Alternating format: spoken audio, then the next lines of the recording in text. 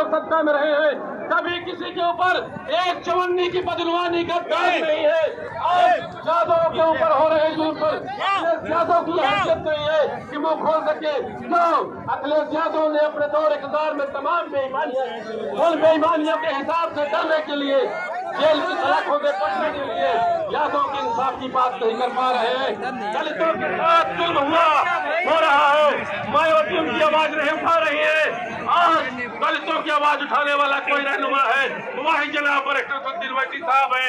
बैकवर्डों की आवाज कोई उठाने वाला है, वही जनाब बरिस्टर सुद्दीन ओवैसी है। आज हिंदुस्तान में इंसाफ की बात करने वाला है, वही जनाब बरिस्टर सुद्दीन ओवैसी साहब है। साथियों, सवाल इस बात का उठता है कि अगर हिंदुस्तान में मुसलमानों की आवाज उठाने वाला एक वाहिद नेता है, तो हम उस जमात के साथ क्यों नहीं है? इसी बात के साथ मैं अपनी बात खत्म करता हूँ। खुदा हाफिज। अगर आप चाहते हैं कि आपसे नेता अपनी तकरीर करे और वो पूरे दुनिया के लोग उस तकरीर को सुने, तो बराए मेहरबानी पीछे मीडिया का कैमरा है, आप बैठ जाएं, प्लीज बैठ जाएं। और मैं तमाम आए हुए मेहमानों से माजरत चाहता हूं। हमारे दरमियान में उत्तराखंड से आए हमारे सदर भी यहाँ मौजूद हैं। हमारे नेशनल स्पोक पर्सन जनाब आसिम वकार साहब हैं, जनाब डॉक्टर अब्दुल मन्नान साहब हमारे उत्तरौला के प्रत्याशी हैं। हमारे बीच में हमारे प्रदेश महासचिव जनाब गुलाम साबिर साहब हैं। हमारे बीच में शेर अफजल साहब हैं, जिला सदर जनाब शहनवाज सिद्दीकी साहब हैं। तमाम लोग मौजूद हैं। मैं इन तमाम से माजरत चाहते हुए मैं अपना और अपने तमाम साथियों का पूरा वक्त आज मैं अपने खायद नकीब मिल्लत जनाब बैरिस्टर सुद्दीन ओवैसी साहब को देना चाह रहा हूँ। अब आपके हवाले।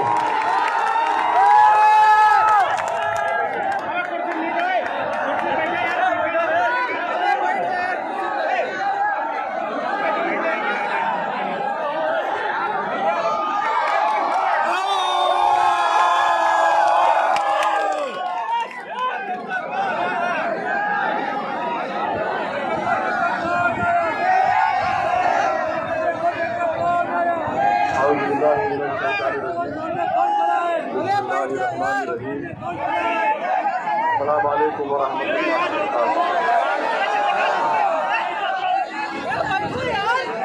मंच और डाइस पर बैठे हुए मजलिस इत्तेहादुल मुस्लिमीन के तमाम जिम्मेदारान, सदर उत्तर प्रदेश मोहतरम जनाब शौकत साहब,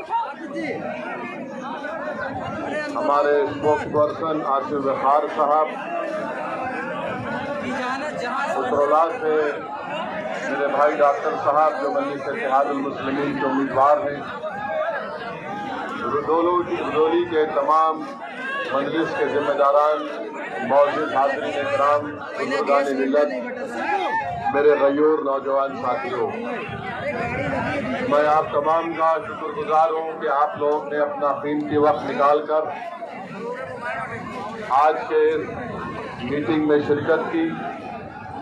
और आप लोगों का इस तरह से वालेहाना मोहब्बत का इजहार करना मुझे उम्मीद दिलाता है, हम तमाम मजलिस के जिम्मेदारों के हौसलों को बुलंद करता है। और आपका ये बेनफ्स होकर यहाँ पर जमा होना इस बात का पैगाम देता है। और साथ ही साथ आपने यहाँ पर आकर इस बात का पैगाम दे दिया कि आइंदा साल 2022 में जो उत्तर प्रदेश के विधानसभा के चुनाव होंगे, इंशाअल्लाह ताला रुदौली से यहाँ से मजलिस का उम्मीदवार यकीनन विधायक बन के आपकी आवाज़ बनकर।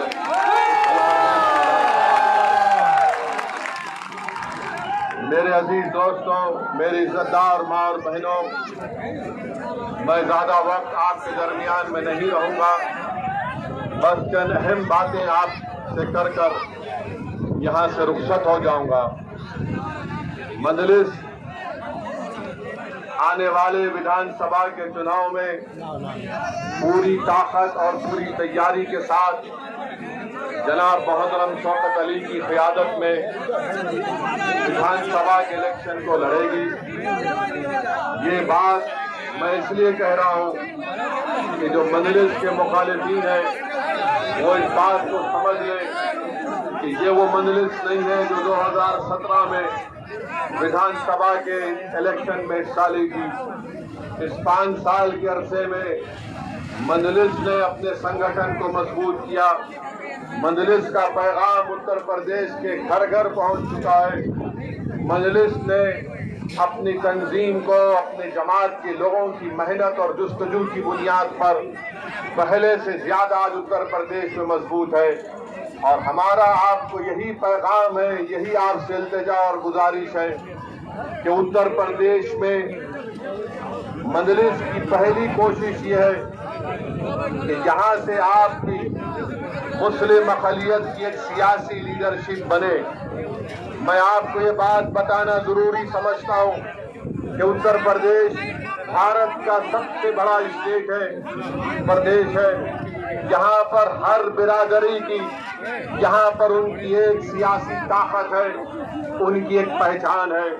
अगर उत्तर प्रदेश में अगर किसी की सियासी लीडरशिप नहीं है, किसी की सियासी आवाज नहीं है, किसी के आवाज की अहमियत नहीं है, किसी के आंसुओं की अहमियत नहीं है, अगर कोई यतीमी और लाचारी के माहौल और मायूस हो रहा है तो वो उत्तर प्रदेश का मुसलमान है। और मजलिस ये चाहती है कि आप जमहूरियत को मजबूत करें। भारत की जमहूरियत कैसे मजबूत होगी? भारत की जमहूरियत उस वक्त मजबूत होगी जब सबको उसमें हिस्सेदारी का उसमें हिस्सा मिलेगा। उत्तर प्रदेश में सबको अपना अपना हिस्सा मिल गया।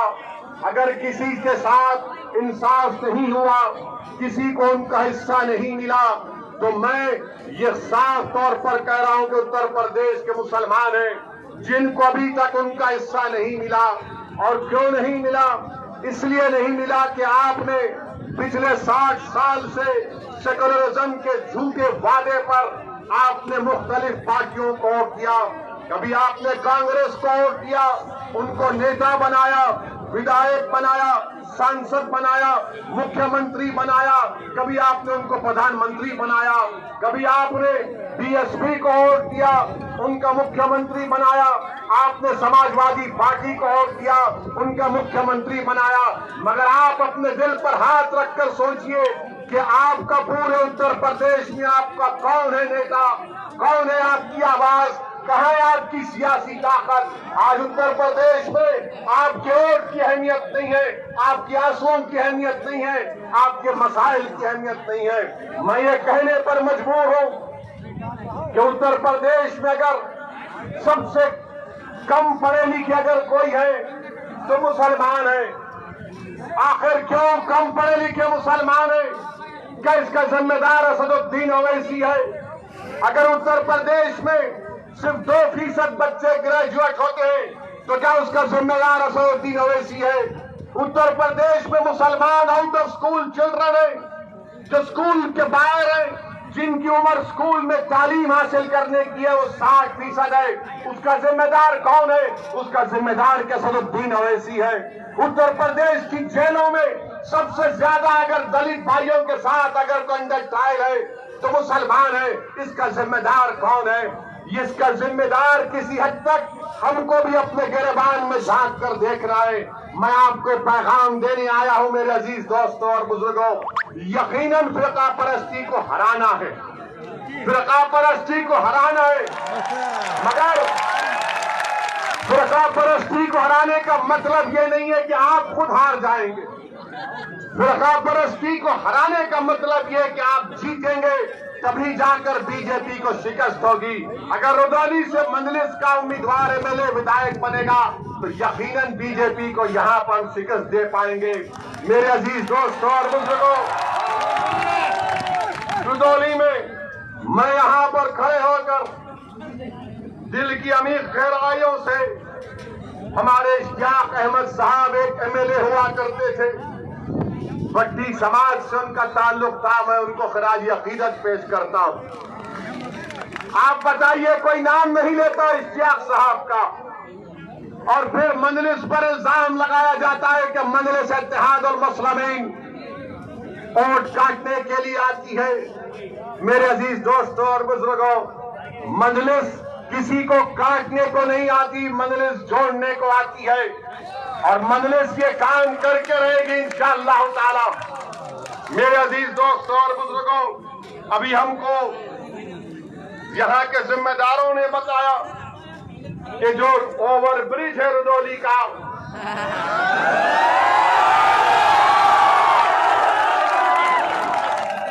अब आप जाकर समाजवादी के लोगों से पूछेंगे ओवर ब्रिज क्यों नहीं बना 2 साल से,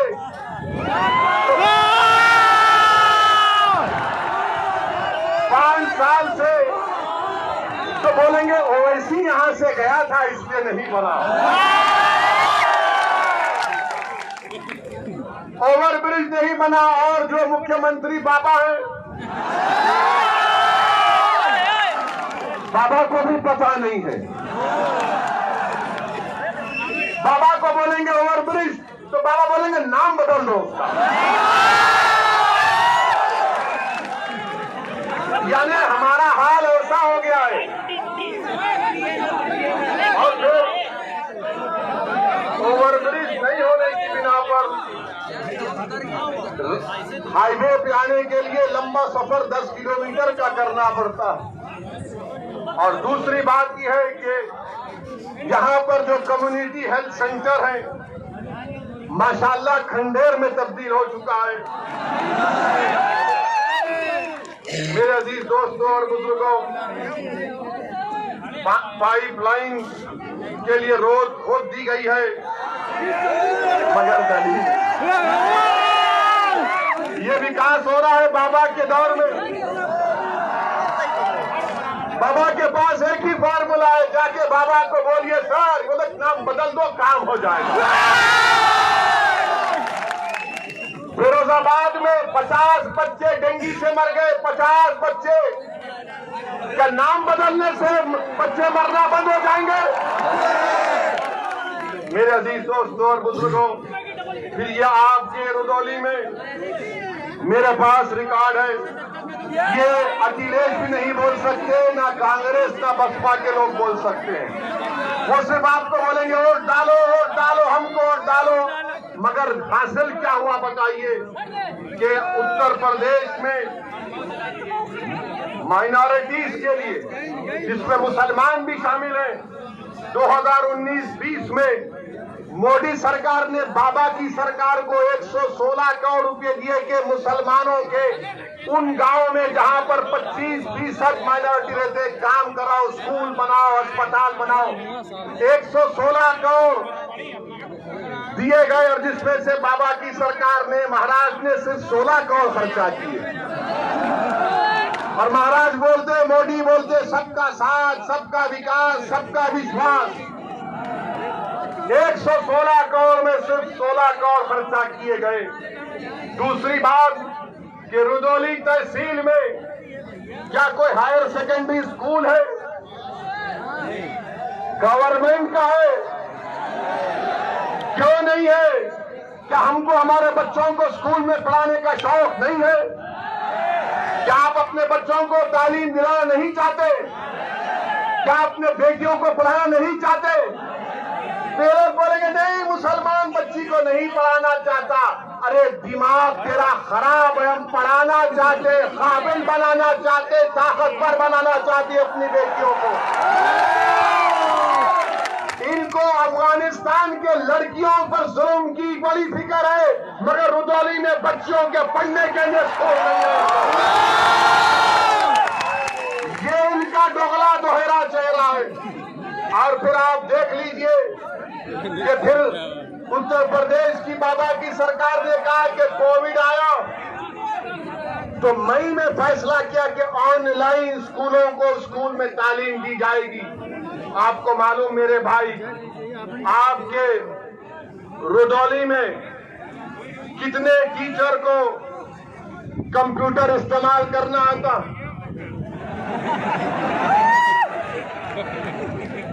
कितनों को आता है? ये हाल यहाँ पर ये हाल यहाँ पर इस तरह का करके रखिए। और आप ये भी देख लीजिए कि जो हेल्थ की बात है, हेल्थ की बात में रुदौली में 255 सब सेंटर है, 40 प्राइमरी हेल्थ केयर सेंटर है, 5 कम्युनिटी हेल्थ सेंटर है, कोई सब डिविजनल हॉस्पिटल नहीं है, 4 डिस्ट्रिक्ट हॉस्पिटल है। तो योगी आदित्यनाथ की सरकार बनने के बाद कितने आपने खोले बताओ, कितने आपने खोले बताओ? जब आप जवाब दे रहे हैं तो सच्चाई पर पाबंदी होगा। आपको मालूम कि रुदौली में ये जिला अयोध्या का है, यहाँ पर कितने बच्चे 5 साल की कम उम्र के, जब 5 साल के होते हैं तो स्टंटेड कितने होते हैं, कमजोर कितने होते हैं? 50%।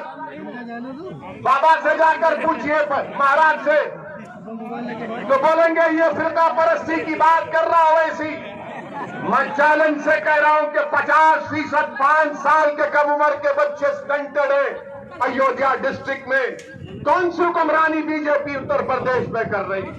और फिर वेस्टेड बच्चे 19% अंडरवेट, यानी जो उम्र में वजन उनका होना चाहिए कितने मालूम आपको? 45%। मैं जो कुछ कह रहा हूं, अगर मेरी बहन, मेरी मां मेरी बात को सुन रही है तो कहेगी कि हाँ ये बात सच है कि जिस बेटे को, जिस बेटी को मैंने 9 महीने अपने पेट में रखकर पैदा किया, आज वो स्टंटेड भी है और उसका वेट भी कम है। मेरे अजीज दोस्तों और बुजुर्गों, वहीं पर ये सरजमीन, हम जब यहाँ पर आ रहे थे तो 2 दिन से हमारे माशाल्लाह मीडिया के बड़े बड़े लोग बोलना शुरू कर दिए, ये बोलना शुरू कर दिए कि ओवैसी अयोध्या को नहीं जा रहे, ओवैसी अयोध्या का नाम नहीं लेते हैं। मैंने कहा भाई साहब, अयोध्या भी भारत में है, फैजाबाद भी भारत में है और ओवैसी भी भारत में है और रहेगा। अब फैजाबाद की तारीख इनको नहीं मालूम, जो शाम में 6 बजे टीवी पर बैठते हैं, 8 बजे बैठते हैं, 9 बजे बैठते हैं, ऐसा बैठकर भाषण देते हैं, खुतबा देते हैं और ऐसा देते हैं कि बस नरेंद्र मोदी उनको देखे तो कहे कि ये तो मेरा घर वाला है। क्या कहा उन्होंने कि ओवैसी को अयोध्या नहीं जा रहे? मेरे भाई, अयोध्या भी जाएंगे, क्यों नहीं जाएंगे? हम जब कश्मीर गए तो अयोध्या नहीं जाएंगे। और फैजाबाद की तारीख, इनको नाम फैजाबाद से इतनी जलन क्यों है? पेट में दर्द क्यों होता है? फैजाबाद की जेल में क्या अशफाकुल्लाह को फांसी नहीं दी गई थी? क्या फैजाबाद की जेल में अशफाकुल्लाह को जब फांसी दी जा रही थी तो क्या अशफाकुल्लाह जब फांसी के फंदे पर जा रहा था तो उसकी जबान पर कुरान की आयतें थी? जब अशफाकुल्लाह फांसी के फंदे पर गया तो रास्ते में जेल के लोगों से मिलकर कहा कि खुदा हाफिज, मैं अपने रब से मिलने जा रहा हूं। क्या अशफाकुल्लाह ने जब फांसी का फंदा लेकर उसको चूमा और अपने गले में डाला तो पूछने वाले ने पूछा कि बता मरने वाले, तेरी आखिरी ख्वाहिश क्या है? तो अशफाकुल्लाह ने क्या ये नहीं कहा कि ला के रख दे खाके वतन मेरे कफन में? ये मोहब्बत के मज़ार अशफाकुल्लाह ने। हमको बोलना पड़ता है, वरना ये 6 बजे 8 बजे 9 बजे बैठकर जो चीखे मारते हैं, जो पुकारते रहते हैं कि हाँ माई बाप देख लो हमको, हम आपकी तारीफ में बोल रहे हैं, इनको बताना पड़ेगा, इनको बताना पड़ेगा कि ये लोग बात करते हिंदू और मुसलमान के इत्तेहाद की, मोहब्बत की, यकीनन वो पैदा होना चाहिए। और कैसे पैदा होगा? अशफाकुल्लाह और राम प्रसाद बिस्मिल की दोस्ती कैसी थी? राम प्रसाद बिस्मिल अशफाकुल्लाह एक मंदिर के पास बैठे थे शाम के वक्त, एक मुसलमान आ गए मंदिर पर हमला करने के लिए, तो अशफाकुल्लाह ने अपना रिवॉल्वर निकाल कर कहा, खबरदार तुम मंदिर पर हमला नहीं करोगे वरना अशफाकुल्लाह फायर करेगा। ये मोहब्बत की मिसालें थी। क्या आपको मालूम नहीं सुनिए, मैं थाली बजाने के लिए या आपसे दाद हासिल करने के लिए यहाँ पर नहीं आया हूँ। मैं तुम्हारी थालियों का मोहताज न कभी था न कभी रहूंगा। मैं किसी का मोहताज हूँ तो अल्लाह का मोहताज हूँ। मैं तुमको आपको बताने आया हूँ कि अपने दिलों में इनकलाब पैदा करो, अपने दिलों में तब्दीली पैदा करो। अगर जिंदा हो तो जिंदा कौम की मिसाल बनो, अगर जिंदा हो तो हरकत करो, अगर जिंदा हो तो अपनी पार्टी का वोट दो, अगर जिंदा हो तो तोड़ दो ये तमाम गुलामी की कैदियों की जंजीरों को जो 60 साल से तुमको डरा डरा कर तुम्हारा वोट हासिल करके हमको बर्बादी के दहाने पर लाकर खड़ा कर दिए।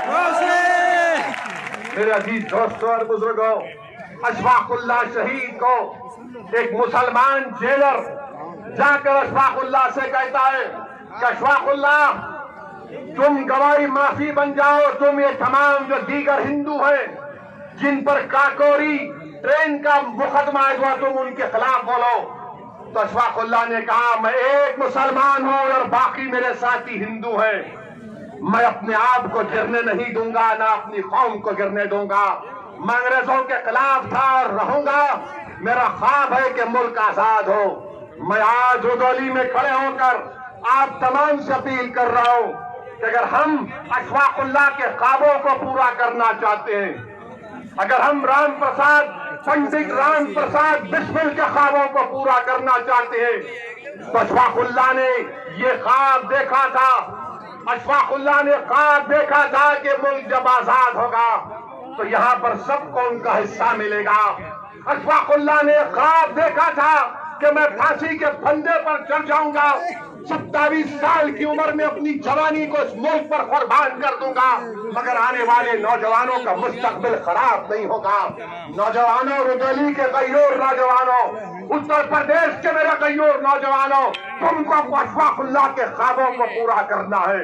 तुमको पंडित राम प्रसाद बिस्मिल की तरह उस मोहब्बत की निशानियों को बताना है। और मोहब्बत होगी तो गुलामी नहीं होगी, हिस्सेदारी की मोहब्बत होगी, हिस्सेदारी की मोहब्बत होगी। ख्वाब अशफाकुल्लाह ने देखा था, अब उन ख्वाबों को पूरा करना आपकी जिम्मेदारी है। ख्वाब देखना शुरू करो और ख्वाबों को पूरा करने के लिए जिद्दोजहद करना पड़ेगा। यकीनन रास्ते में मसाइब और मुश्किलात आएंगे, कोई रास्ता आसानी से हम अपनी मंजिल मकसूद को आसानी तक नहीं पहुंच पाएंगे। जुस्तजू करना पड़ेगा, जिद्दोजहद करना पड़ेगा, ईसार और कुर्बानियों के मजारे करना पड़ेगा। मेरे अजीज दोस्तों और बुजुर्गों, जब हम अपने इन ख्वाबों को पूरा करेंगे तब जाकर हम एक सियासी कुव्वत बनकर यहाँ पर उभरेंगे। मेरे अजीज दोस्तों और बुजुर्गों, मैं आपको ये भी बताना चाहूंगा कि रुदौली में जहां पर हमने इश्तियाक अहमद साहब का जिक्र किया तो रुश्दी मियां का भी जिक्र करना है।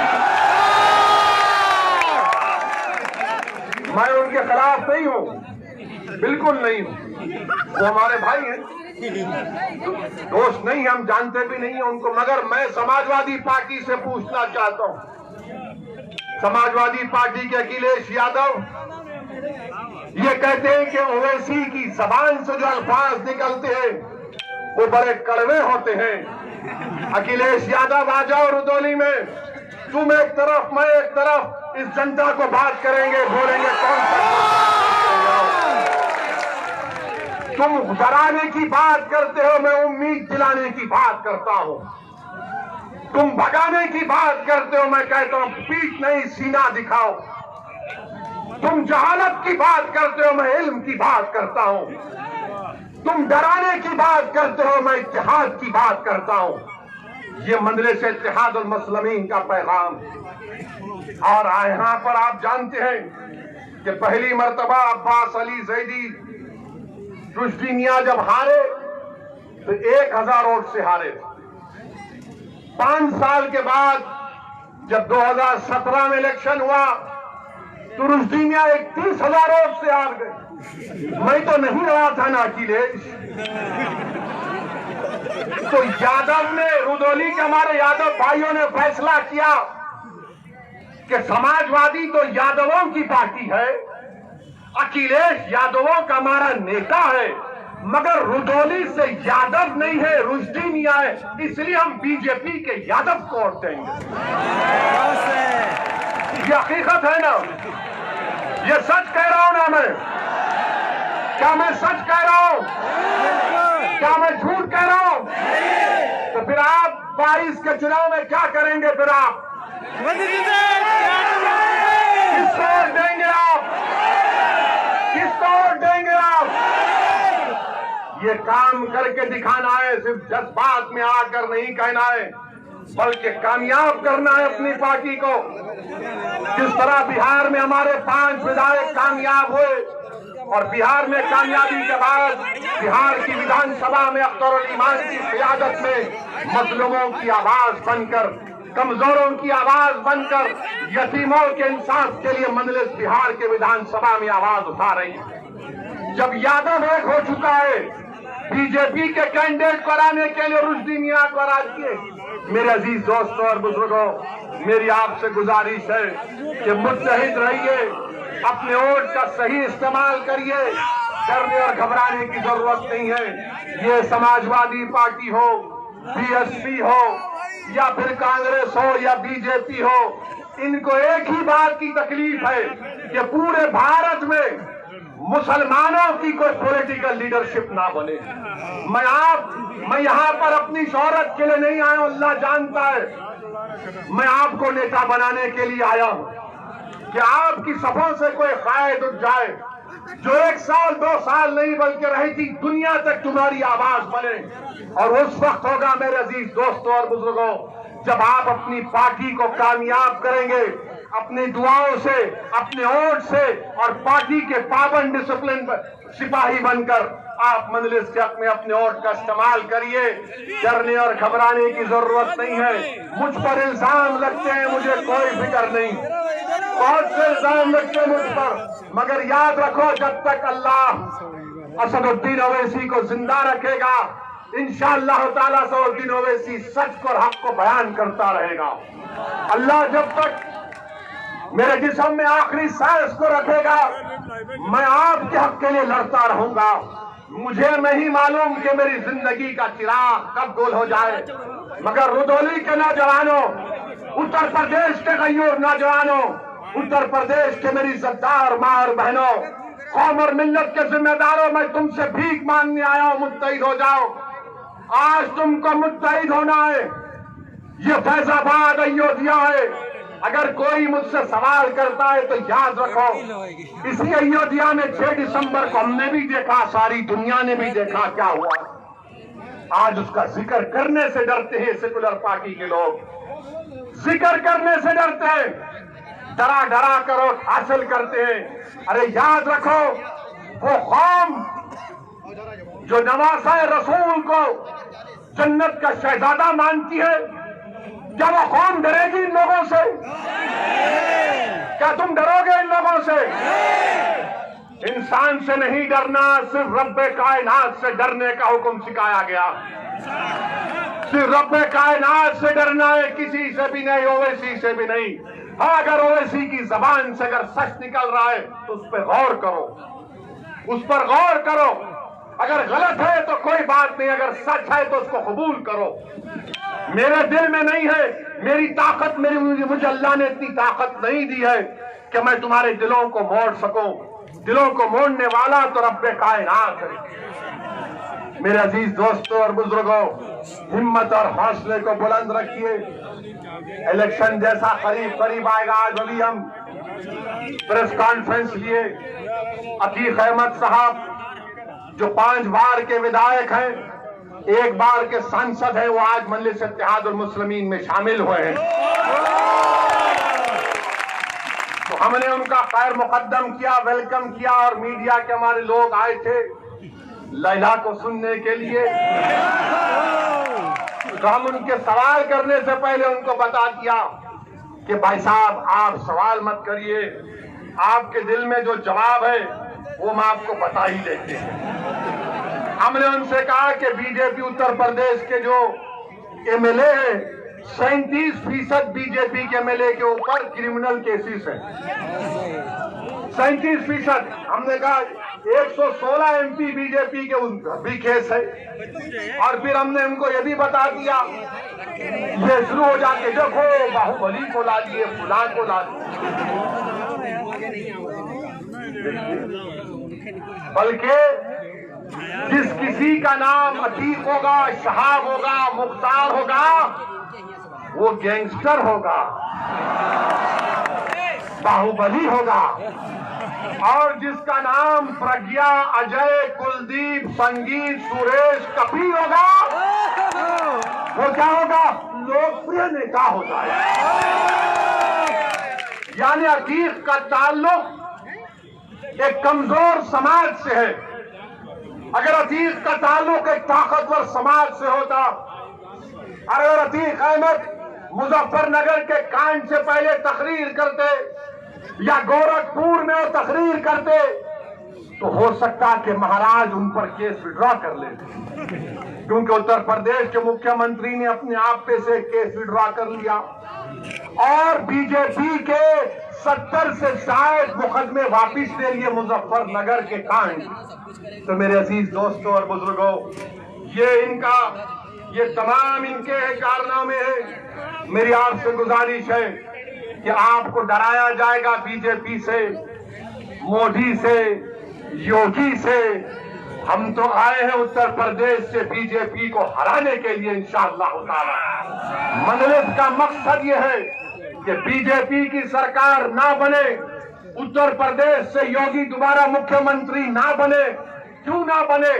क्योंकि योगी आदित्यनाथ की सरकार ने गंगा में लाशें बह रही थी, ऑक्सीजन नहीं था, दवाएं नहीं थी, जलाने के लिए लकड़ी नहीं थी, दफनाने के लिए जमीन नहीं थी। और अगर किसी गरीब ने इन तमाम की नहीं होने के बिना पर नदी के किनारे जमीन पर दफना दिया, तो दुनिया ने देखा कि कुत्तों ने किसी के पांव पर भाई और बहन की लाशों को नोच नोच कर खाया। ये हुआ है, इसीलिए बीजेपी की मुखालिफत करना है। मजलिस के अपने वोट का इस्तेमाल करिए, मजलिस को कामयाब करिए, ये सेकुलरिज्म की कामयाबी होगी। पार्लियामेंट में आपने देख लिया, कोई आकर ये कहेगा इस सेकुलर पार्टी का, अरे ओवैसी के तो 2 MP हैं, क्या धाड़ लेगा?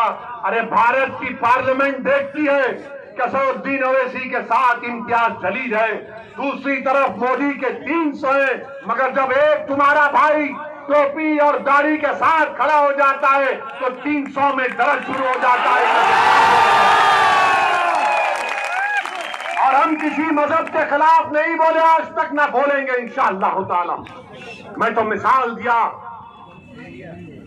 कि अशफाकुल्लाह की और बिस्मिल की मिसाल आपको दिया, मगर याद रखो ये लोग क्या बोलते कि मिल जाओ, मिल लेंगे, दिल मिले रहे, मगर हिस्सेदारी चाहिए।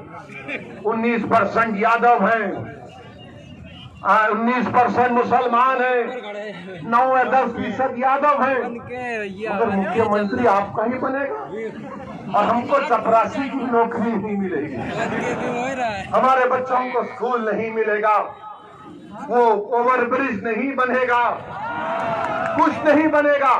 आप एक बार अच्छा फैसला करके आने वाले विधानसभा के चुनाव में आप अपना एक रिकॉर्ड पतंग के निशान पर बटन दबाइए, अपनी पार्टी को कामयाब करिए।